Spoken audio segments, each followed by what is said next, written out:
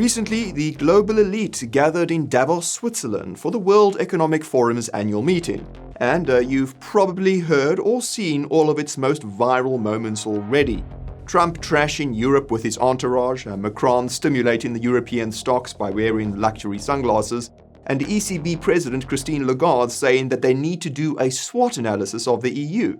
But beyond the sound bites and Europe bashing, there were dozens of very important discussions that you probably didn't hear about, especially since some panelists tried avoiding these topics entirely. And that's why today we're going to summarize the most important parts of this year's Davos summit that went completely under the radar and explain exactly what they mean for the markets and your life. My name is Nick and you're watching Coin Bureau Finance. First things first, you need to know that nothing in this video is financial advice. It's educational content intended to inform you about what really went on at the World Economic Forum's annual meeting.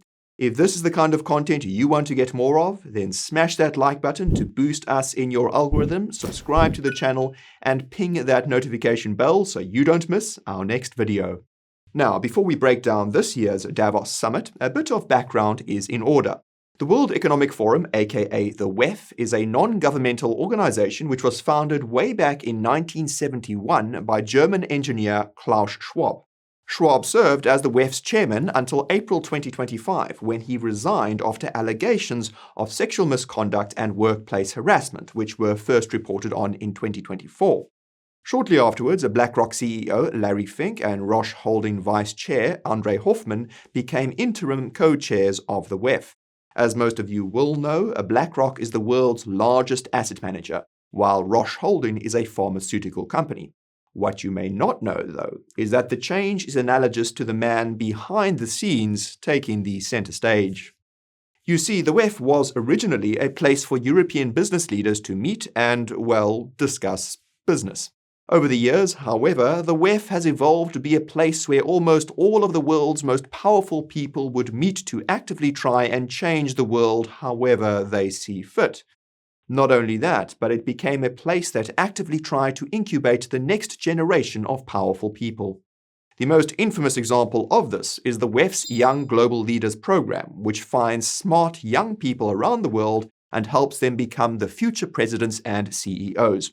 In a 2017 interview at Harvard University, Schwab famously revealed that then German Chancellor Angela Merkel, then Canadian Prime Minister Justin Trudeau, and even Russian President Vladimir Putin were once young global leaders of the WEF.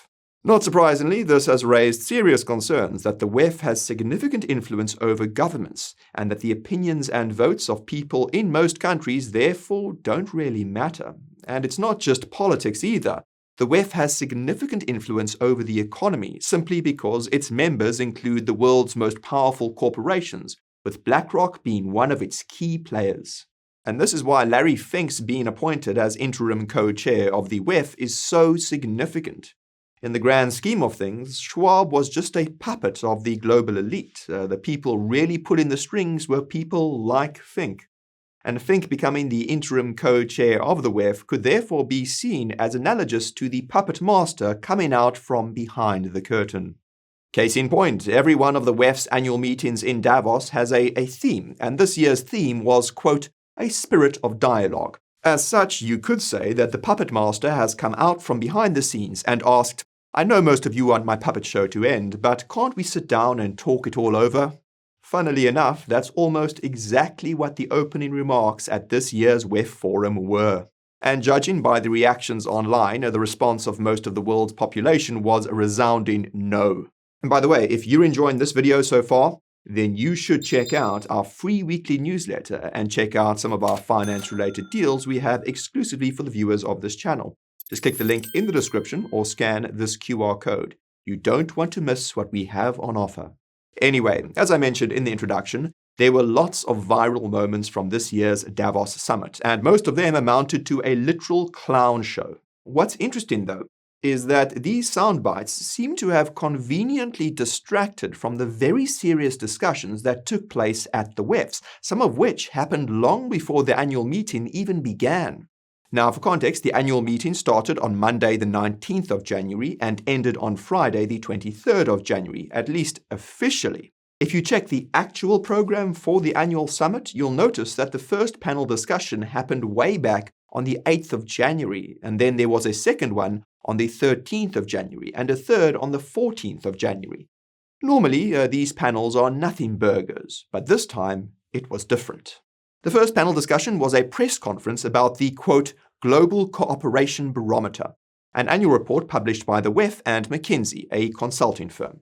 Obviously, the report found that cooperation is declining, but WEF CEO and President Borg Brender insisted that it's been rising in some areas, namely between the EU and other jurisdictions such as Latin America and, more recently, India. As far as we can tell, this is precisely why there's so much dissatisfaction with the EU lately. It is the embodiment of an unaccountable and borderline unelected organization that is increasingly trying to influence people against their will, and increasingly falling out of favor as a result. And this was clearly seen at this year's Davos summit, where European elites kept doubling down on their failing ideas.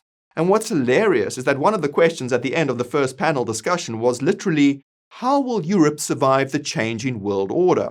Brenda's answer was literally what I just said, by doubling down on failing ideas like the EU having more control and influence over European countries. I'd also be remiss if I didn't mention another thing Brenda repeated in other panel discussions and speeches. Over and over, he said that we need global coordination to fight future pandemics and cyber attacks. And if you're familiar with the WEF, then you might remember that Schwab once warned that there would be a, quote, cyber pandemic, which would presumably give the WEF and its constituents the pretext to centralize global control even further. As Winston Churchill once said, never let a good crisis go to waste. Anyways, another panelist on the first discussion was Bob Sternfels from McKinsey, which you'll recall co-authored the report. And what's scary is that Sternfels said that only 29% of businesses they surveyed said they're capable of withstanding another exogenous shock like the pandemic. And this is even scarier considering that Brenda and his buddies seem to be eagerly awaiting the next crisis, whatever it may be. But the most terrifying part is that the risk of an exogenous shock was one of the things that was actively discussed on another WEF panel you probably didn't hear about. And by the sound of it, the risk of more exogenous shocks is objectively high, and if Sternfels' findings are correct, this means that the world could be headed for a global recession, something that many WEF panelists were hesitant to talk about. And this ties into the panel discussion from the 13th of January, wherein Brenda reiterated that we need a global coordination to prepare for the next pandemic or cyber attack. He then said another thing that he went on to repeat in other panels and speeches, and that's that the world is at a 1945 moment, when it could be argued that it's actually closer to a 1929 moment, which led to the Great Depression and World War II. But that's not the most alarming part. The most alarming part was what WEF managing directors Mirek Dusek and Sadia Zahidi said about the global financial system. In short, global debt has risen to the point where it's becoming a serious concern among the WEF's constituents. At the same time, members of the WEF are very worried about asset bubbles and exogenous shocks that could cause them to pop. And as we just learned, Sternfels found that only 29% of businesses would be able to withstand such an exogenous shock. And this means that what's coming could be worse than a global recession. It could be a global depression. It's hard to see how it could be anything else if a shock causes businesses to go under, the markets to collapse, and everyone to default on their debts. A depression is the only outcome. And this relates to the panel discussion from the 14th of January, which was about the WEF's annual Global Risks Report.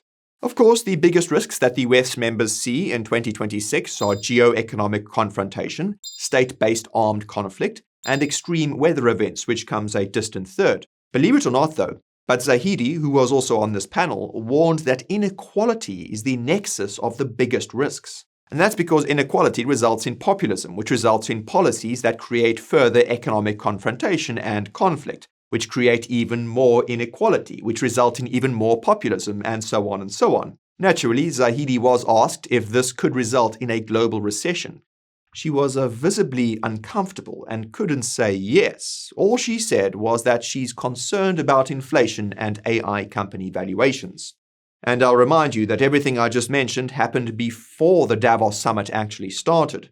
Taken together, these three pre-summit panel discussions suggest that the WEF is concerned about three things: global debt, particularly government debt, asset bubbles, particularly the AI tech bubble, and exogenous shocks, particularly those that could wreck the economy and tank the markets. The WEF is also concerned about rising populism, including the attitude of the average person towards the WEF, which isn't exactly a positive. And as I mentioned earlier, Brenda and Fink emphasized a spirit of dialogue in their opening statements on the first day, promising to ensure that more voices are heard, not just the voices of the global elites.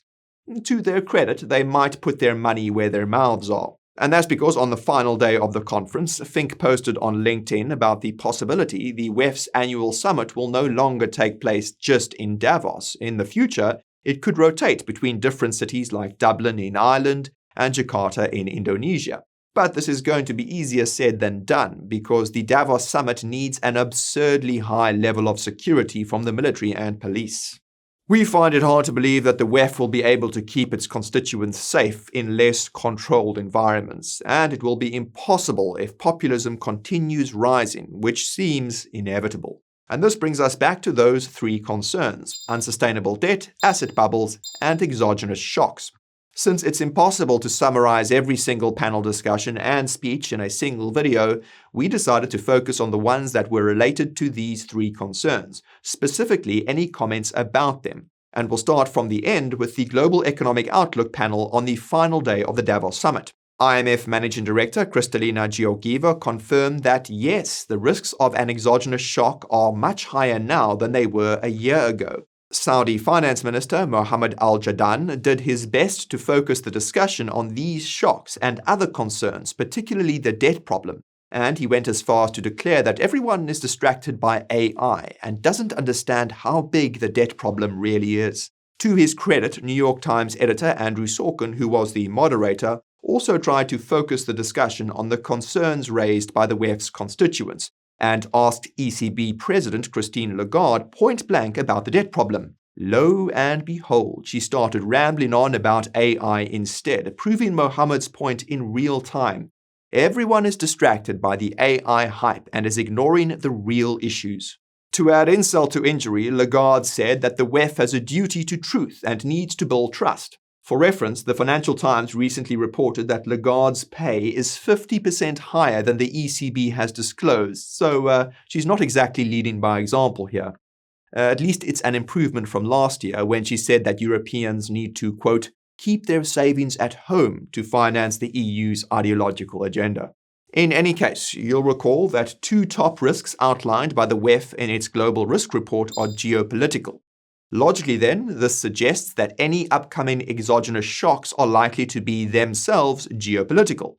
And this pertains to another panel discussion that took place on the final day, which was aptly titled, quote, Geopolitical Risks Outlook for 2026. Between the warmongering, there was some wisdom. Cornell University professor Eswar Prasad made a fascinating observation, and that's that in the 1980s, Japan started challenging the US economically, but didn't succeed. Then in the 2000s, Europe started challenging the US economically, but didn't succeed. Prasad pointed out that today, China is challenging the US economically, but he believes that this time, China could succeed due to a difference in strategy. And this means that any exogenous shocks related to geopolitics are likely to involve China and the US, which isn't something that most people are thinking about right now.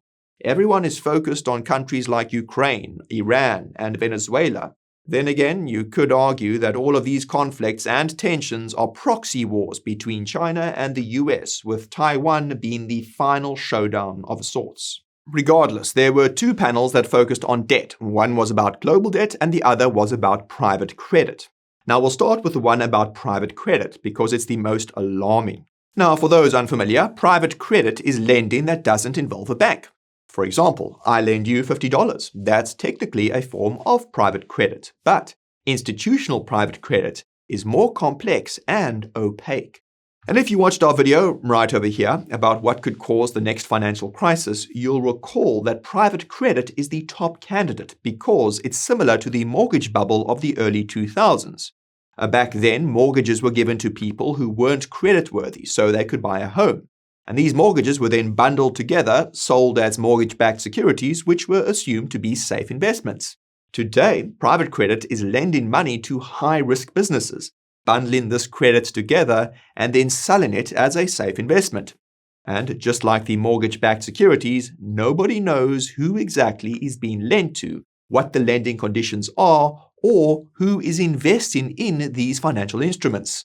And this makes it hard for governments and central banks to fix any problems because they're hard to pinpoint. Now, Bain & Company managing partner Christophe de Voussard started off by explaining that private credit has been growing since post-2008 regulations put limits on bank lending activity, something we explained in our video. S&P Global President and CEO Martina Cheng followed up by revealing that the biggest areas of growth in private credit are no longer in North America, but in Europe and other regions. Joe Taylor, the president and CEO of the Ontario Teachers' Pensions Plan, has been one of the buyers of this debt, which is spooky if you keep up with the headlines. For those who don't know, the Ontario Teachers' Pension Plan invested in FTX, the cryptocurrency exchange that turned out to be a Ponzi scheme. Teachers in the Canadian province of Ontario lost almost $100 million when FTX went under. As you might have guessed, Joe was the president and CEO at that time, so it's safe to assume that he signed off on that deal. Now he's back at it again, investing the pensions of teachers in an opaque and increasingly risky asset class. As you can no doubt imagine, Joe was very defensive whenever the panelists were asked by the moderator about the risks related to private credit. And what's insane is that Joe said something to the effect of, we don't look at what others are doing and we make our own investment decisions, as if that's something that inspires confidence. And every single time the moderator tried to ask questions about risks related to private credit, the panelists would clam up, with Joe interrupting them, almost as if he was trying to stop them from answering the question. By the end of the panel, the moderator had her arms crossed, and understandably so. Every time she tried to scratch below the surface of what's going on with private credit, she faced resistance, if not outright hostility. In our view, this is concrete evidence that there are systemic issues within private credit that investors and issuers are trying to hide in the hopes that they can solve them without incident. By contrast, the moderator of the Global Debt Panel had much more success getting answers. She asked State Street CEO Ronald O'Hanley whether global debt had reached a tipping point, i.e., a level at which debt becomes unsustainable and everything implodes. He was visibly uncomfortable, like Zahidi when she was asked about a global recession. O'Hanley said no tipping point yet, but a crisis could be coming. Later on, Guggenheim CIO Ann Walsh said the quiet part out loud. The pandemic stimulus transferred private debt to the public sector, which is part of why governments have so much debt right now. She explained that the modern monetary theory the economy runs on assumes that you never have to pay down the debt. You can just keep rolling it over until it's devalued by inflation. However, Walsh warned that this is only true so long as there's no exogenous shock. And the moment there is an exogenous shock, it becomes impossible to roll over that debt, extreme intervention notwithstanding. And when that happens, there are debt defaults, deflation, and recession. And what's chilling is that she said the risks of this happening are high in the, quote, not too distant future, suggesting it could happen soon. And this brings me to the big question, and that's what all of this means for the markets and for you. Well, the answer should be self-evident by this point. The world's elite are genuinely concerned that an exogenous shock is going to come around and either cause the market bubble to pop or debts to default, or both. And as we've seen, geopolitical risks are top of mind, which is annoying because they're hard to predict. On the one hand, you have things like Trump's tariffs, which many believed would be the exogenous shock that pushed over the global Jenga tower. Many panelists said they were actually surprised that Trump's tariffs didn't result in a global recession, and they didn't have a good answer for why they didn't. From our perspective, they think trade routes were rerouted and everything just sorted itself out. On the other hand, though, you have geopolitical shocks that would clearly be much more impactful, such as China invading Taiwan, or even just blockading Taiwan. And this would negatively impact chip exports, which would pop the AI bubble that's been keeping the US markets afloat. Since investors around the world still have lots of exposure to US stocks, the negative wealth effect could result in a global recession. There is one thing to keep in mind though, and that's that exogenous shocks can have unintended consequences. Take the Ukraine war, for example. Some panelists pointed out that Russia's invasion of Ukraine resulted in more countries joining NATO, which was theoretically going against Russia's interests. Similarly, Trump's tariffs have driven many countries closer to China, which goes against the US's interests. And it goes without saying that these exogenous shocks have also created lots of internal tensions, which makes it harder to get things done. And that's why the ideal exogenous shock for the global elite is something that seems spontaneous, such as a pandemic, which we now know likely came from a lab. A crisis that can be blamed on someone in particular can have counterproductive domestic and international effects. And that's why the ideal exogenous shock for the global elite at this stage would be something like a natural disaster that nobody could have possibly predicted. And this would make it impossible to blame others and could even serve as a unifying force at a time when countries are divided both internally and externally. But surely there's no way that the WEF would know that a natural disaster is coming. Right? Whatever the case, if you want to learn more about the energy blackouts that could be caused by AI, then you can check out a video about that using the link right over here. And if you made it this far, thank you so much for watching, and I'll see you in the next one. This is Nick, over and out.